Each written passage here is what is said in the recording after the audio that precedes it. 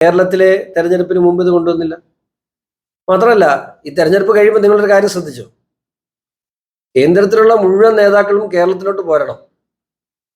ഇവിടെ കേരളത്തിൽ അധികാരത്തിൽ വരും, ഒരു തരത്തിലും കോൺഗ്രസ് അധികാരത്തിൽ വരുമെന്ന് ഞങ്ങൾ വിശ്വസിക്കുന്നില്ല. പക്ഷേ കേരളത്തിൽ അധികാരത്തിൽ വരുമെന്നുള്ള ധാരണയിൽ കേന്ദ്രത്തിൽ ആഭ്യന്തരമന്ത്രിയാകാനിരുന്ന ആൾ ഉൾപ്പെടെ, നിങ്ങളുടെ സമീപ ജില്ലക്കാരനാണ് അദ്ദേഹം, പോലും ഇങ്ങോട്ട് പോരാനുള്ള തയ്യാറെടുപ്പിലാണ്. ഇന്ന് അദ്ദേഹം ഡൽഹിയിൽ വെച്ച് മാധ്യമപ്രവർത്തകരോട് തട്ടിക്കയറി നിങ്ങൾ ബില്ലിനെ കുറിച്ച് ചർച്ച ചെയ്യും എന്നാണ് പറഞ്ഞത്. പക്ഷെ ഇവിടെ നടക്കുന്ന ചർച്ച കേരളത്തിന്റെ മുഖ്യമന്ത്രി ആരാണ്, അത് ഇവരിൽ ആരാണ് മുഖ്യമന്ത്രിയാകണമെന്നുള്ള ചർച്ചയാണ് ഇവിടെ നടക്കുന്നത്.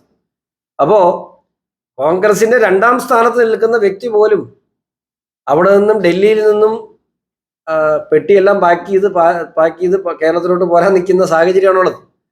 അതുകൊണ്ട് തന്നെ ഇതിനെ എതിർക്കുക എന്നല്ലാതെ ശരിക്കും എത്രയും വലിയ മണ്ടത്തരമാണ് കോൺഗ്രസ് കാണിച്ചത്. ഇതുകൊണ്ട് ജനാധിപത്യ പ്രക്രിയ അട്ടിമറിക്കാനൊന്നും BJPക്ക് പറ്റില്ലല്ലോ. ജനങ്ങളോടുള്ള വിശ്വാസമില്ലായ്മ, അല്ലെങ്കിൽ ജനങ്ങൾക്ക് അവരോട് വിശ്വാസമില്ല എന്നുള്ള ബോധ്യം, ഇതാണ് കോൺഗ്രസിനെ ഈ ബില്ല് എതിർക്കാൻ പ്രേരിപ്പിച്ചത്.